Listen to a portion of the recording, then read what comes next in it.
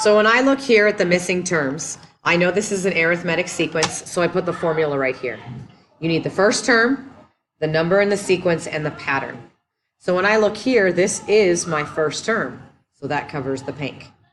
But the problem is I don't have my pattern. If I had my pattern, then this would be no problem. That means I have to have these two so I can get the pattern. So what I'm going to use is if this is the first term, second, third, fourth, fifth term, and I'm going to use this for my n and my a sub n. Okay, so this is going to help me there, and this one is going to help me with a sub 1. So instead of a sub n, I'm going to write, hey, this is my fifth term, 59. My first term is 3, plus, what is my n? Well, my n is 5. It's the first term, or the fifth term. And then I simplify. 59 equals 3 plus 4d. Subtract 3. Divide by 4. D equals 12. Nope, 14. Just kidding. So now I figured out my pattern. Now that I figured out my pattern, I can add 14. 17. I can add 14. 31. I can add 14. 45. And if I really want to make sure I'm good to go, if I add 14 again, it does equal 59. So my missing numbers are 17, 31, and 45. Okay? Let's go to the next one. Do the same thing. This is my first term, 1, 2, 3, 4, 5, 6. I think that says 62. So let's say it says 62. If it ends up in a decimal, it's going to be fine. So 1, 2, 3, 4, 5. This is my sixth term. So this covers my pink.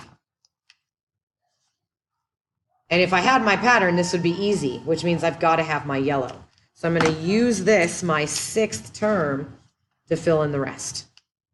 So the first thing I write, 62 equals my first term. My n is 6 because it's the sixth term in the sequence, and I don't know my pattern. If I knew my pattern, this wouldn't be that big of a deal. So 62 equals 7 plus 5d, subtract 7. 55 equals 5d, d equals 11. I got my pattern. Now that I have my pattern, plus 11, 18. Plus 11, 29. Plus 11, 40. Plus 11, 51. And if I add 11 again, I do get 62. So my missing terms are 18, 29, 40, and 51. Okay? There are other ways to do this problem, but guess and check is definitely not an option. And if you find another way, I encourage you to tell me because I know it, but I would like to see if anybody can get it. Now, let's focus on this one. Here, they want the 10th term. So that's what they want. And that 10th term looks a lot like what we did here, finding the 10th term. But what made this one easier is they gave me the first term. They didn't give me the first term. They gave me the third term. So I'm going to manipulate the situation. I'm going to pretend it's the first term, which means I'm going 2 back. So if I pretend this is the first term, I've got to also pretend the same game. If I tell a lie here, I've got to be consistently lying. So if I go 2 back, this is really the 15th term. Okay? Now I'm going to use the formula, a sub n. Now notice I'm writing it down because every time I write it down, it gets me to remember the formula. So that means I'm going to use this 15th term like I used this 5th term. So this 15 is going to go in for n. And this negative 12 is going to go in for a sub n. And this is my imaginary first term. And then I'm going to get my pattern. Once I get my pattern, I can get the 10th term. So I'm going to go a sub n, which is negative 12, equals my first term plus 15 minus 1 times d. Remember, what makes things easier is if I have a pattern. So most of the times, this is what's missing. Negative 12 equals 37 plus 14d. Subtract 37. Negative 49 equals 14d. Divide by 14. Now, if you have to use your calculator, that's fine. I know those are both divisible by 7. But here's how you can cheat a little bit. Negative 14 divided by 49. And then second PRB. And it turns it to negative 2/7. I got my blue. I got my pattern. So now what I'm going to do is I'm going to use that. But the problem is this my real 10th term? No, it's my fake 10th term. Because really my third term is with my 10th term. So if I went 2 back here and 2 back here, I should have done that in the beginning, and that's my 8th term. So I'm pretending it's my 8th term to really get it.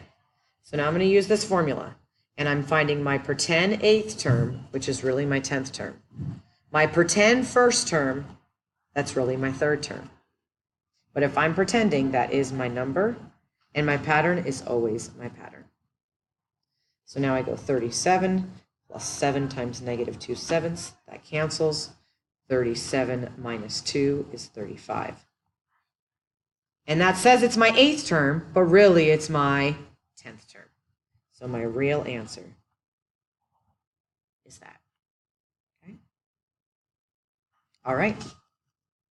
Let's go to the next one. It took up a lot of space. Now, we're finding again our 10th term. But here's the problem again. This is my 13th and my 18th. I want it to be my first term. So if it's my first term, I went 12 back. So that means I have to go 12 back here, and that means that's my 6th term. But if I'm going to be consistently telling the same lie, if I went 12 back here and 12 back here, I have to go 12 back here, which really means it's my negative 2nd term for pretend. Now I write down my formula, so I memorize it. Now remember, if I had my pattern, life would be easy, but I don't have my pattern. So let's look. My first term is here. My n is here, and this is the value of my last term. So I'm going to plug that in.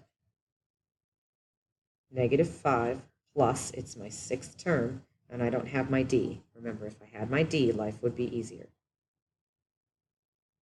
Add 5 to both sides. Negative 46 equals 5d, divide by 5. d equals negative 46 over 5. Finally, I got my pattern. Now that I got my pattern, I can find my imaginary 10th term, which is really my negative 2nd term. Okay? So I'm going to use my formula, and I have my pattern. So I'm finding my imaginary negative 2nd term. I have my imaginary first term. Remember, it's negative 2, and then times negative 46 over 5. I'm kind of out of space here, but that's okay. So negative 5 plus negative 3 times negative 46 over 5. Sorry, it's so messy. So now I'm going to use my calculator for this. I'll just go negative 3 times, parenthesis, negative 46 divided by 5. Enter. Some of you know that. Second PRB it. And then subtract 5. Okay, and I get 22 and 3/5, and I'm okay with you writing that. But it's not really my negative 2nd term, it's really my 10th term. So a sub 10 equals 22 and 3/5. That's definitely a difficult problem, okay? We're going to stop here because this is what we'll practice the next day. So when I see you on Thursday, we will practice these problems.